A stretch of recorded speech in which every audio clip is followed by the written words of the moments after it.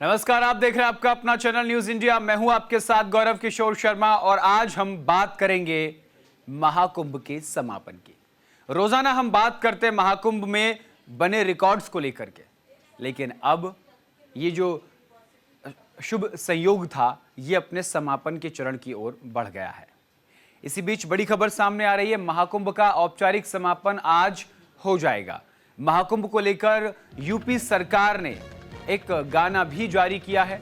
महाकुंभ की मनोरम तस्वीरें सामने आई हैं। महाकुंभ का औपचारिक समापन आज हो रहा है, जिसको लेकर यूपी सरकार ने सॉन्ग जारी किया है, जिसमें महाकुंभ की मनोरम तस्वीरें सामने आई हैं। आप भी देख लीजिए।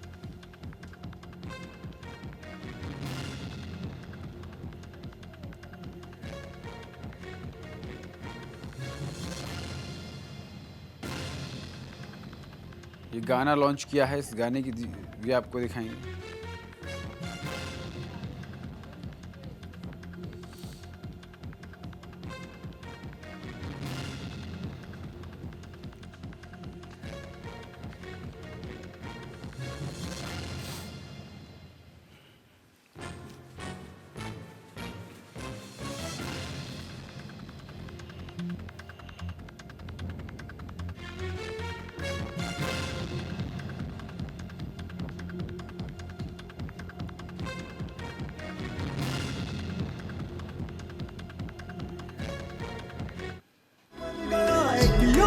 प्रहलाद बन गया, भारत जिंदाबाद बन गया, एक डुबकी में स्वाद बन गया। महाकुंभ एक याद बन गया, महाकुंभ एक याद बन गया, महाकुंभ एक याद बन गया।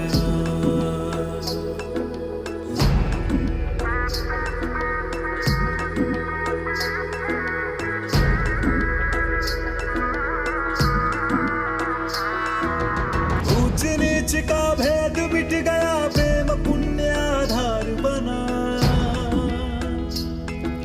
सत्य सनातन की वसुधा पे विश्व एक परिवार बना।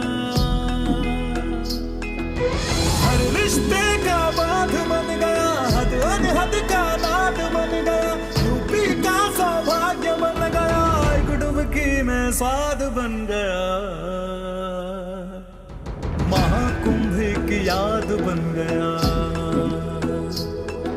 महाकुंभ एक याद बन गया, महाकुंभ एक याद बन गया। महाकुंभ महाकुंभ महाकुंभ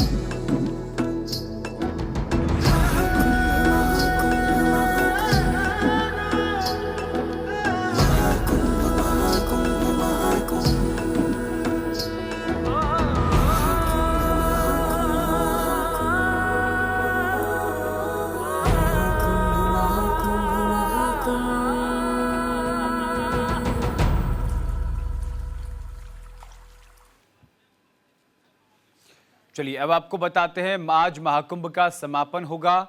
महाकुंभ का औपचारिक समापन आज हो जाएगा। मुख्यमंत्री योगी आदित्यनाथ औपचारिक ऐलान करेंगे समापन का। आज प्रयागराज भी जाएंगे मुख्यमंत्री योगी आदित्यनाथ। मुख्यमंत्री योगी आदित्यनाथ ने 27 नवंबर को इस कार्यक्रम का ऐलान किया था। महाकुंभ के सफल आयोजन पर मुख्यमंत्री गंगा आरती करेंगे। मुख्यमंत्री योगी आदित्यनाथ अक्षयवट और बड़े हनुमान मंदिर में दर्शन करेंगे। महाकुंभ को दिव्य भव्य और डिजिटल बनाने वाले लोगों को सम्मानित करेंगे। महाकुंभ में चारों विश्व रिकॉर्ड के प्रमाण पत्र भी मुख्यमंत्री के सामने दिए जाएंगे। महाकुंभ सफाई कर्मियों, स्वास्थ्य कर्मियों को सम्मानित करेंगे। नाविकों, यूपीएसआरटीसी चालकों से भी संवाद करेंगे मुख्यमंत्री योगी आदित्यनाथ। आपको बता दें, डिजिटल मीडिया सेंटर में मीडिया कर्मियों से भी संवाद करेंगे मुख्यमंत्री योगी आदित्यनाथ।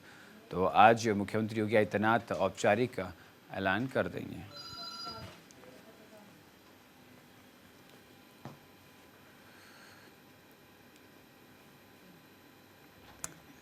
तो खूबसूरत तस्वीरें सामने आई।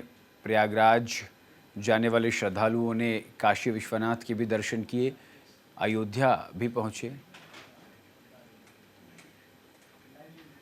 जी, तो ये तस्वीरें हम आपको दिखा रहे हैं और इसी पर विस्तार से चर्चा के लिए हमारे वरिष्ठ सहयोगी विवेक तिवारी जी लखनऊ से जुड़ गए हैं।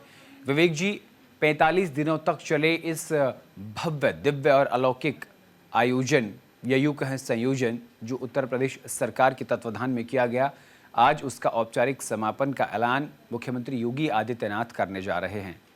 क्या कुछ इन 45 दिनों के बीच विशेष रहा और आज ऐलान के दौरान क्या कुछ बातों का जिक्र मुख्यमंत्री योगी आदित्यनाथ कर सकते हैं? पूरी जानकारी।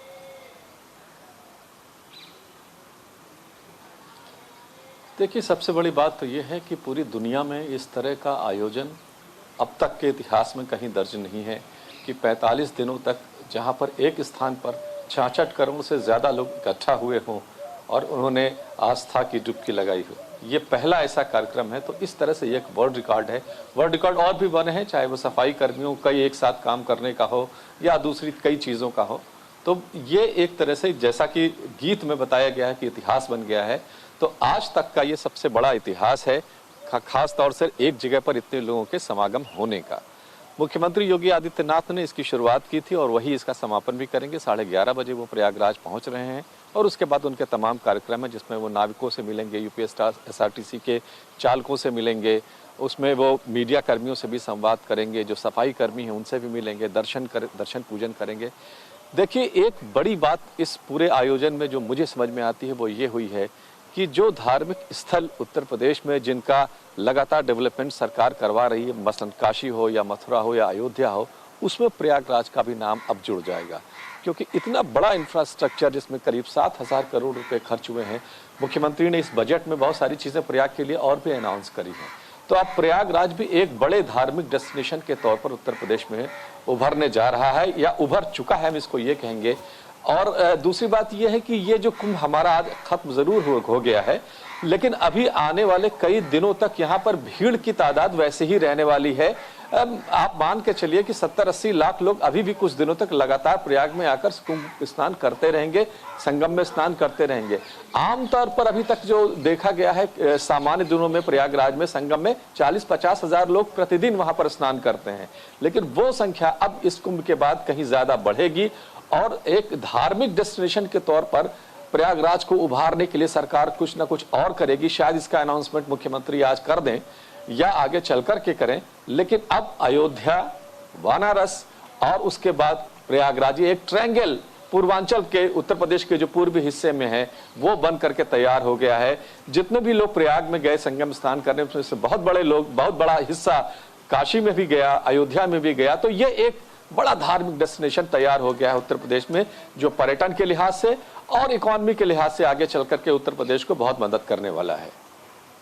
बिल्कुल, और देखिए, आपने बिल्कुल सही कहा कि प्रयागराज जो है वो भगवान के सिंहासन के तौर पर धार्मिक परंपराओं में उसको देखा जाता है और प्रयागराज एक बड़ा धार्मिक डेस्टिनेशन को कह सकते हैं। लेकिन विवेक जी, सबसे बड़ी बात यह है कि इस धार्मिक अनुष्ठान के दौरान जहां एक तरफ आस्था का सैलाब दिखा तो दूसरी तरफ राजनीति भी अपार देखने को मिली।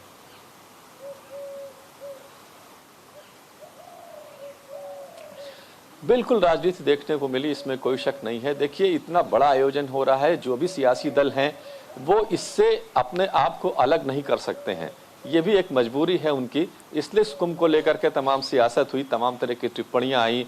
चाहे जो लोग कुंभ में नहीं आए उन्होंने भी अपने अपने प्रदेशों में बैठ करके इसके टिप्पणी करी। हम ममता बनर्जी की बात कर रहे हैं। ये भी याद रखा जाएगा कि कांग्रेस के सबसे बड़े लीडर राहुल गांधी यहाँ नहीं आए। उद्धव ठाकरे, जो अपने आप को एक हिंदू नेता के तौर पर प्रोजेक्ट करते रहे हैं, वो भी यहाँ नहीं आए। तो अभी इस पर राजनीति जो कुछ हुई है वो तो आपने कम देखी है। मुझे लगता है कि आगे चलकर इस पर और भी राजनीति होने वाली है, खास तौर पर वो लोग जो देश की बड़ी सियासी पार्टी को लीड करते हैं और वो कुंभ में स्नान करने के लिए नहीं आए, ये सवाल भी अभी बना हुआ है। तो राजनीति जो हुई सो हुई, अभी आगे इस पर और राजनीति होगी। लेकिन इन सब राजनीति के पीछे जो हिंदुस्तान का जो सनातन धर्मी है वो उसको सनातन में कितनी आस्था है ये जरूर प्रमाणित हुआ है, इसमें कोई संदेह नहीं है। क्योंकि इतनी बड़ी संख्या जो लगभग भारतवर्ष की आधी आबादी है वो प्रयागराज में हमने 45 दिनों में आते जाते देखी। बिल्कुल, बहुत बहुत शुक्रिया विवेक जी तमाम जानकारी के लिए। आज महाकुंभ के समापन को लेकर मुख्यमंत्री योगी आदित्यनाथ औपचारिक ऐलान करने वाले हैं। उससे पहले हमारे साथ चर्चा करने के लिए, बातचीत करने के लिए कन्नौज से पूर्व सांसद सुब्रत पाठक जी जुड़ गए हैं। सुब्रत जी, आपका न्यूज़ इंडिया पर बहुत बहुत स्वागत है। धन्यवाद, नमस्कार। सबसे पहले तो आपको अनंत शुभकामनाएं। आपने एक विश्व स्तर पर जिस तरीके के आयोजन को किया है, सदियों तक इसे याद रखा जाएगा। कैसा लग रहा है आज इसका समापन होने जा रहा है?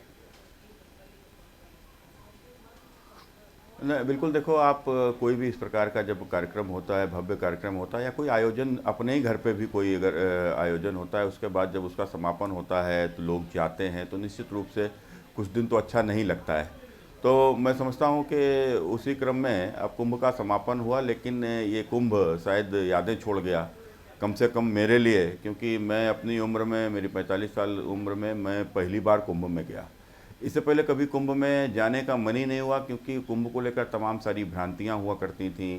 जो लोग जाते थे बताते कि वहाँ गंदगी है, पानी गंदा है, अब तमाम सारी अव्यवस्थाएं हैं, तो इस कारण से जाना ही नहीं हुआ। 2000 जब योगी सरकार आने के बाद 2017 के बाद जब अर्धकुंभ हुआ, तो अर्धकुंभ के 2019 में, 17 में योगी सरकार आई, उसके बाद जब अर्धकुंभ हुआ, तो उस अर्धकुंभ की तमाम सारी बातें, लोगों ने कहा कि वहाँ बहुत अच्छी व्यवस्था है, पानी साफ है, गंदगी नहीं है, तो इन सब चीज़ों से कुंभ के प्रति एक वहाँ जाने का मन हुआ। लेकिन उस समय मेरे परिवार में दुर्घटना होने के कारण, मेरे पिता की अचानक मृत्यु के कारण से हम लोग नहीं जा पाए थे जी। लेकिन इस बार जब मैं कुंभ में गया, तो निश्चित रूप से जो बातें कुंभ के बारे में लोगों ने बताई थी, वो अपनी आंखों से देखा कि इतनी अच्छी व्यवस्था और इतने लोग। आप स्वयं देखिए कि योगी जी ने खुद, माने हम तो कह रहे कि प्रदेश सरकार ने खुद ही कहा था कि 40 करोड़ लोगों की हम व्यवस्था कर रहे हैं। अब सरकार जब 40 करोड़ की व्यवस्था कर रही है, तो मान के चलो कि 20 करोड़ की होगी, 40 करोड़ बता रही है।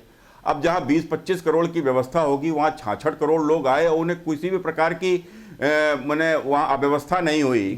सारे लोग कितनी साफ सफाई, सब चीजें जी बिल्कुल। लेकिन सुब्रत जी, अच्छा पानी वहां के ऊपर साफ, इसमें कोई संदेह नहीं है कि प्रयागराज महाकुंभ में जो व्यवस्थाएं थी वो चाक चौबंद रहीं, व्यवस्थाएं बहुत अच्छी रहीं, इसमें कोई संदेह नहीं है। शाही स्नान पारंपरिक तौर पर हुए, अखाड़ों के लिए अलग से रास्ता बनाया गया, बैरिकेडिंग किया गया। लेकिन क्या आप मेरी इस बात से इत्तेफाक रखते हैं कि 29 जनवरी को जो घटना हुई, उस घटना ने आपसे एक शब्द छीन लिया, और वो शब्द था सफल आयोजन। हादसा एक का हो, मृत्यु एक की हो, या 2 की हो, या 4 की, दुखद है, लेकिन कहीं ना कहीं ये जो शब्द है कि सफल आयोजन, ये सफल जो शब्द है, कहीं ना कहीं इसे मिस कर दिया हमने। देखो, निश्चित रूप से कोई भी दुर्घटना होती है, और खासकर ऐसे पवित्र आयोजन में, तो दुख नहीं, बहुत ही दुखद है जी। तो कुल मिलाकर सबको कष्ट दिया।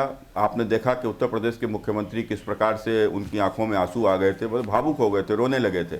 तो आप समझते हो, कोई व्यक्ति जब इतनी मेहनत करता है, उसके बाद इस प्रकार का परिणाम आता है, लेकिन फिर भी वो एक जांच का विषय भी बन गया है। जिस प्रकार की बातें आ रही हैं निकल कर, तो कोई बड़ी बात नहीं कि जब सामने आएगा कि तो समझ में आएगा कि किसी की इसमें साजिश भी हो सकती है। अखिलेश यादव लगातार निशाना साध रहे हैं इसको लेकर के।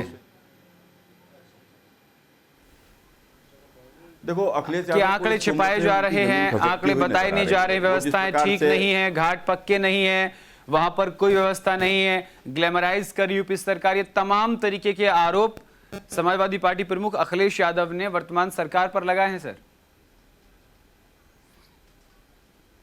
देखो, अखिलेश यादव के द्वारा जिस प्रकार से कुंभ पर सवाल खड़े किए गए, ये एक निश्चित रूप से उनकी कुंठा को दर्शाता है, उनकी हताशा को दर्शाता है। आपने देखा होगा कि शुरुआत में वो कहते थे कि ट्रेनें खाली आ रही, कुंभ में कोई जा ही नहीं रहा है, और उसके बाद में यही कह रहे थे कि इतने लोग आ रहे। तो कुल मिलाकर वो उनकी जो कुंठा है, वो इस कारण से है कि देखो, वो जिस प्रकार से लोगों को जातियों में बांटने की बात करते हैं, वो बोलते हैं कि हजारों वर्षों से इस देश में जाति के नाम पर जाति विभाजन रहा है, जातीयता रही है। लेकिन इस कुंभ ने बता दिया कि ये कुंभ हमारे यहाँ की हजारों लाखों वर्ष पुरानी एक परंपरा है, और इस परंपरा में आने वाले लोग जो आज वहाँ कुंभ में जो हैं, अगर आप बताइए, अगर हमारे यहाँ जाति की व्यवस्था रही होती तो हर कुंभ में हर जाति का अलग घाट होता, भाई हर जाति का अलग अखाड़ा होता। लेकिन वहाँ तो कुछ नहीं था, सब एक साथ आ रहे हैं, एक साथ खा रहे हैं, एक साथ डुबकी लगा रहे हैं। क्या कोई बगल में खड़े व्यक्ति से पूछ रहा है तुम्हारी जाति क्या है? तो इस कुंभ ने बता दिया कि हमारे यहाँ तो जाति की कोई व्यवस्था ही नहीं थी। यानी कि जो पीडीए का नारा अखिलेश यादव लगातार देते हैं, पीडीए को मुद्दा बनाते हैं, उस पीडीए पर करारा उनके इस बयान पर प्रहार था कुंभ का आयोजन। निश्चित रूप से कुंभ में जिस प्रकार से सनातनियों ने भाग लिया, और आप देखो कि शायद ही कोई मतलब कोई जाति ऐसी है या नहीं जो कुंभ में गई ना हो। आप आदिवासी भी आए, वनवासी भी आए, गिरवासी भी आए, अगड़ा पिछड़ा अनुसूचित जाति जनजाति, मैंने सब आके कुंभ में एक साथ नहाए। और पूरा भारत, जो मैं भारत ही नहीं बल्कि पूरी दुनिया में लेकिन रहने वाले पाठक जी, कहीं कुछ बड़े हिंदू नेता फिर भी रह यहाँ के गए ऊपर आए, कुंभ में स्नान किया, जिनको आपकी पार्टी समयवादी हिंदू कहती है या फिर समय के हिसाब से हिंदू बताती है। कई बड़े ऐसे नेता जो देश का प्रतिनिधित्व करने की मन में इच्छा रखते हैं, एक बड़ी लोकसभा का प्रतिनिधित्व रखते हैं, बड़ी पार्टी का, बड़े राज्यों का प्रतिनिधित्व करते हैं, ऐसे कई नेता हैं। मैं कुछ के नाम लेता हूं, जैसे राहुल गांधी जी नहीं पहुंचे वहां पर, ममता बनर्जी नहीं पहुंची वहां पर, हिंदुत्व की छवि रखने वाले शिवसेना वो नहीं पहुंचे वहां पर, उद्धव ठाकरे नहीं पहुंचे वहां पर। तो इनके लिए आप क्या कहना चाहते हैं? देखो, जो विशेष वोट के लालची हैं, जो लोग भी विशेष वोट के लालची हैं या विशेष वोट के ऊपर ही आश्रित हैं, ऐसे लोग जानबूझ करके हाय उनका विशेष वोट उनसे नाराज ना हो जाए, वो नहीं गए। तो इसमें कोई ऐसी बात नहीं। अब कोई एक कोट के ऊपर जनेऊ पहन लेने से कोई हिंदू थोड़े ना हो जाता है। अब मैंने राहुल गांधी के लिए तो कहना ही क्या, वो तो हिंदू का अंश ही नहीं है, उनका तो डीएनए हिंदू का नहीं है। और रही बात ममता बनर्जी की, तो ममता वानो हो चुकी हैं, इनको सारे लोग जानते हैं। तो कुल मिलाकर ये वोट को लेकर ये इतनी बड़ी आस्था में भी नहीं, आस्था के इस पर्व में भी अगर वो शामिल नहीं हुए तो ये उनका दुर्भाग्य है, इनको उनका ही दुर्भाग्य कहा जाएगा। और ये स्पष्ट रूप से हम लोग तो मानते हैं, तो सनातन से दूर जा चुके लोग हैं। जी बिल्कुल। पाठक जी, जैसे महाकुंभ प्रयागराज शुरू हुआ, उसके बाद एक एक करके टिप्पणियां आनी शुरू हुई। पहले 29 जनवरी को हादसे को लेकर सरकार ने घेरा, उसके बाद आंकड़े छिपाने को लेकर सरकार को घेरने की कोशिश विपक्ष द्वारा की गई, फिर व्यवस्थाओं को लेकर घेरने की कोशिश की गई। लेकिन यूपी सरकार तमाम अपनी चीज़ों पर खरी उतरी, सफल आयोजन की तरफ आप बढ़े। वो अलग बात है कि विपक्ष का ये कहना है कि ये आयोजन सफल नहीं, सिर्फ आयोजन बनकर रह गया है। आप क्या कहना चाहते हैं इन तमाम टिप्पणी करने वाले लोगों के लिए? देखो, मैं सबसे पहले सफल आयोजन के लिए अगर मैं किसी को बधाई देना चाहूँगा तो मैं सरकार और सरकार के मुखिया से भी अधिक बधाई उस कुंभ में लगे हुए अपने सफाई कर्मचारियों को देना चाहूँगा कि जिन्होंने इतनी मेहनत किया। मैंने आप लोगों से जाकर पूछो, मैंने छोटी सैलरी में भी, और किस प्रकार से उन्होंने मेहनत करके, किसी ने तो 20-20 घंटे तक काम किया है, तब जाकर इस कुंभ में इतनी अच्छी व्यवस्था हो पाई।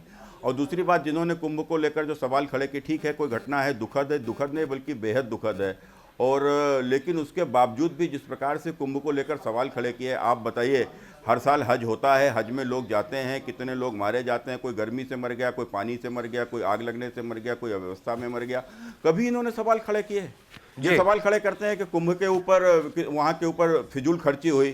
तो अगर फिजूल खर्ची की बात अखिलेश यादव करते हैं, कभी इन्होंने बताया कि इन्होंने हज हाउस क्यों बनवा दिया? इन्होंने 100 करोड़ से भी अधिक पैसा लगाकर गाजियाबाद में जो हज हाउस बनवाया, उसका क्या कारण था भाई? क्या आवश्यकता क्या थी उसको हज हाउस बनाने की? क्या क्यों हज जाने वाले लोगों को सब्सिडी दी जाती है? हज तो हमारे देश में होता भी नहीं है, लेकिन उसके बावजूद कोई सवाल खड़े किया? आज तक अखिलेश ने कोई सवाल खड़ा किया?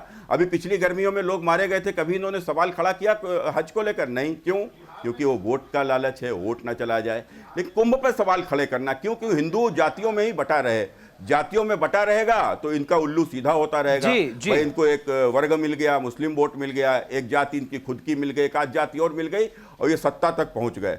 और सत्ता में पहुंचने के बाद फिर वही काम, आतंकवादियों को संरक्षण देना, गुंडागर्दी करना, लूट करना, यही इनका ध्येय है। और मैं समझता हूं इसीलिए एक विशेष वोट की लालच में ये कुंभ को लगातार गाली देते हैं। ये भी बात कही जा रही है कि संभल के पीड़ितों को मुआवजा दिया जाता है, लेकिन प्रयागराज महाकुंभ में जो जिनकी जान जाती है उनके परिवार से मुलाकात भी नहीं की जाती, उस पर सियासत होती है।